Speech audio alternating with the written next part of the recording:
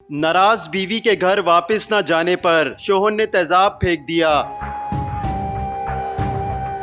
जिससे खातून का चेहरा, गर्दन और कंधा झुलस गया। मैं इसे मनाता रहा, इसके पाँव तक पड़ा कि 9 माह का बच्चा है मेरा। बैटरी का पानी था मेरे पास, तो डराया धमकाया कि मान जाएगी, बस गलती से मुझसे जो है ना वो गिर गया। क्या हुआ था मोहम्मद अली रजा उस दिन?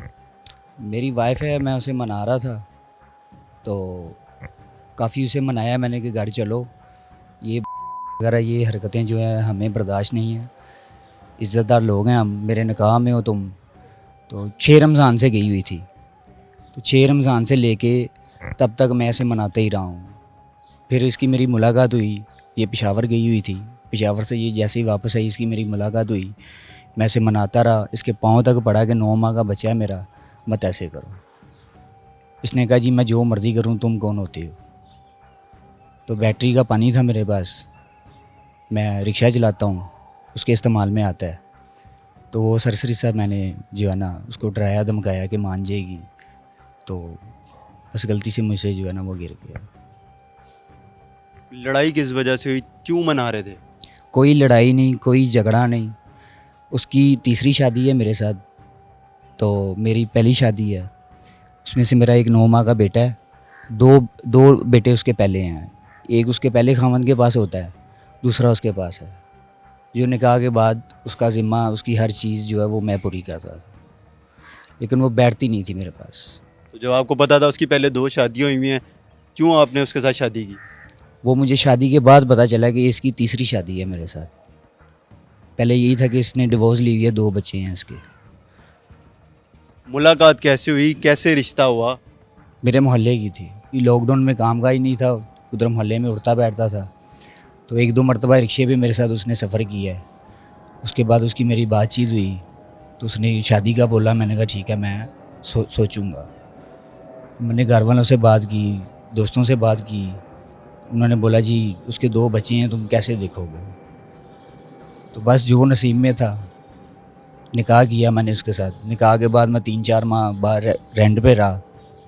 जैसे जैसे उसकी हरकतें, उसकी जो पिछला माजी था, जो लोग थे वो सामने आते जाते गए, तो मैं फिर भी उसको मैंने छोड़ा नहीं।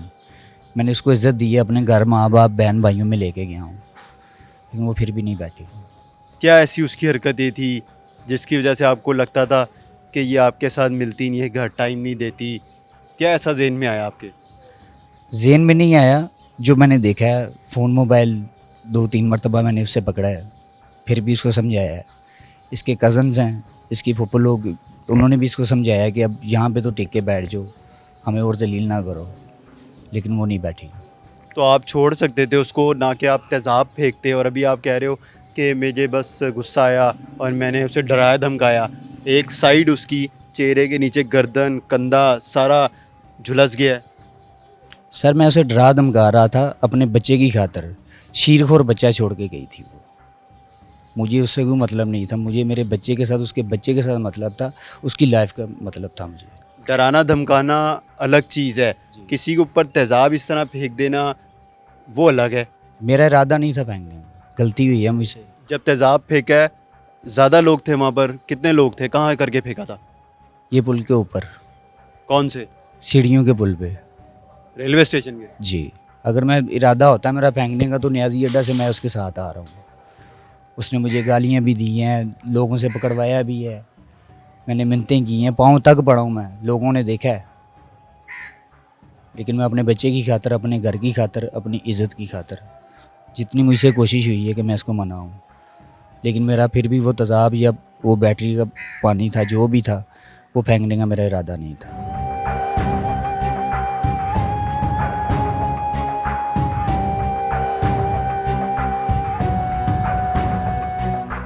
हमारे साथ इस वक्त तेज़ाब गर्दी का शिकार खातून सिदरा मौजूद है, इनसे जानते हैं। सिदरा, उस रोज़ क्या हुआ था और कौन था जिसने तेज़ाब फेंका?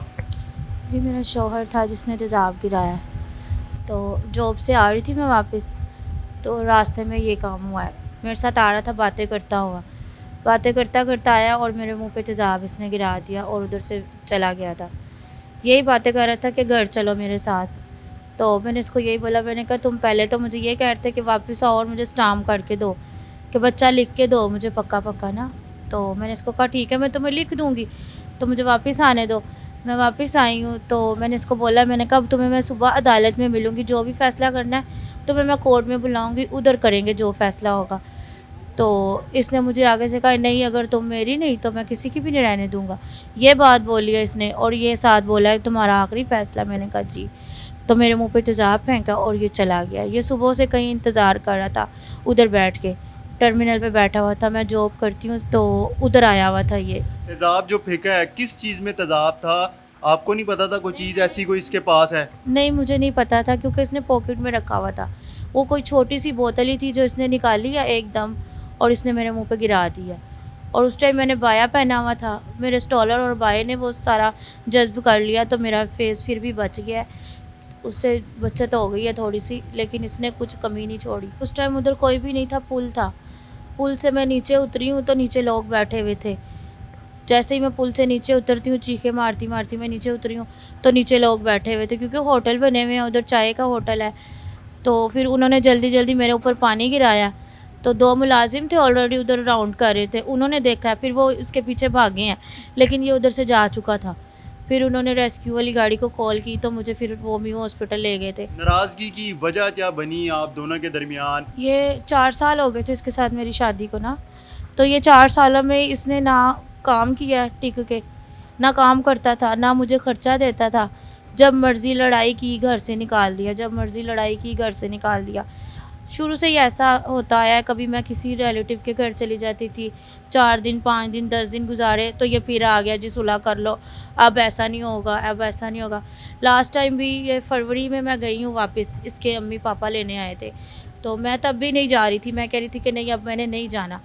तो इसके अम्मी पापा आए हैं तो मेरी मम्मा ने बोला कि चलो ऐसा करो आप चली जाओ, जहाँ इतनी देर हो गई अपनी मर्ज़ी से जाती थी, सुलह कर लेती थी, एक दफ़ा हमारी मान लो, उसके बड़े आए हैं। ये जो उसने हमें बताया वो कहता है कि जी मुझे उनके किरदार पे शक था। अब ज़ाहिर सी बात है उसने कुछ तो बोलना है, कुछ तो वो बोलेगा ना, अपने अपने आप को बचाने के लिए इंसान ने कुछ तो बोलना है।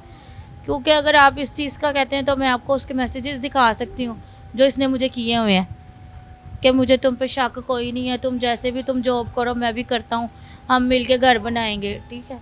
वो फिर बंदा वही कहता है जिसको शक ना हो। आपका कितना जिस्म मुतासिर हुआ है तेज़ाब से? ये मेरी राइट साइड है, फेस की और कंधे की जो मुतासिर हो गई है।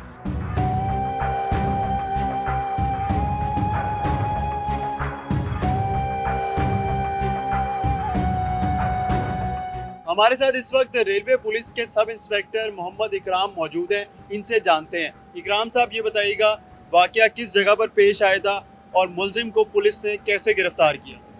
जी ये अली रज़ा मुलज़म था जिसने अपनी मिसिज़ पे ना तेज़ाब फेंका था। ये पुल सीढ़ियाँ हैं जो मालगोदाम की तरफ जाता है, मिस्री शाह की तरफ पैदल गुजर गया है, मुसाफिरों की रास्ता गुजरता है। वो लेडी आई थी ऑरेंज लाइन ट्रेन पर और पैदल इधर से स्टेशन से दूसरी तरफ जा रही थी। उसने उसको अकम्पनी किया इधर से ही और ऊपर जाते हुए उनकी कोई आपस में वजह नाद चल रही थी, नाराज़गी चल रही थी 3-4 माह से। वो उसने पुल सीढ़ियों पे जाते जाते उस पर गुस्से की वजह से उसको ऊपर तेज़ाब फेंक दिया है, जिसकी वजह से उसका चेहरा झुलस गया। तो उसको 1122 की मदद से, पुलिस की मदद से म्यू हॉस्पिटल पहुंचाया गया, फर्स्ट एड मुहैया की गई। उसके बाद उसकी स्टेटमेंट रिकॉर्ड की गई, उस पर FIR लॉन्च की गई। मुलज़म उधर से फ़रार हो गया था। वो दरअसल रहशी है बालाकोट का और हमें हमारे मुखबरों ने इतला दी कि वो बालाकोट फ़रार होने के लिए लारी अड्डे चला गया। हमने उधर से वो बिलाल कोच के जो अड्डा है उससे पहले ही वो पहुँचने वाला था उधर। मुलज़मों की मुखबरों की निशानदेही पे हमने उसको गिरफ़्तार कर लिया उधर से और उसके ऊपर FIR लॉन्च की। ये बताएं कि मुकदमा किसकी मदयत में दर्ज किया गया, किन दफ़ात को शामिल किया गया? मुकदमा जो है उसकी मिसिज़ की मदयत में दर्ज किया गया है क्योंकि विक्टिम वो थी सबसे पहले। उसने स्टेटमेंट दी है हमें, सिदरा साबर उसका नाम है, और उसने बताया है कि ये मामला उसके साथ 3-4 माह से चल रहे थे कि घर में नाराज़गी चल रही थी। उसमें हमने फिर एक तो उससे डॉक्टर का जो MLC बना है वो क्लियर करवाया गया। उसके बाद उसमें जो तेज़ाबगर्दी की जो दफ़ात हैं पाकिस्तान पेनल कोड की, वो हमने उसमें ऐड की हैं 336B, जिसके तहत मुकदमा दर्ज किया गया। ये जो 336B है इसमें मुलजिम को कितनी सज़ा हो सकती है और क्या जुर्माना होगा? ये जो 336B है इसका तो जो उसमें लिखा हुआ है पाकिस्तान पेनल कोड के मुताबिक 14 साल उसकी कैद है, इम्प्रिजनमेंट है। और उसमें 10 लाख तक जुर्माना हो जाता है। मदैया पैरवी करेगी, उसको उसके लिए फॉलो अप करेगी तो उसको ज़्यादा से ज़्यादा इंशाल्लाह सज़ा दिलाई जाएगी।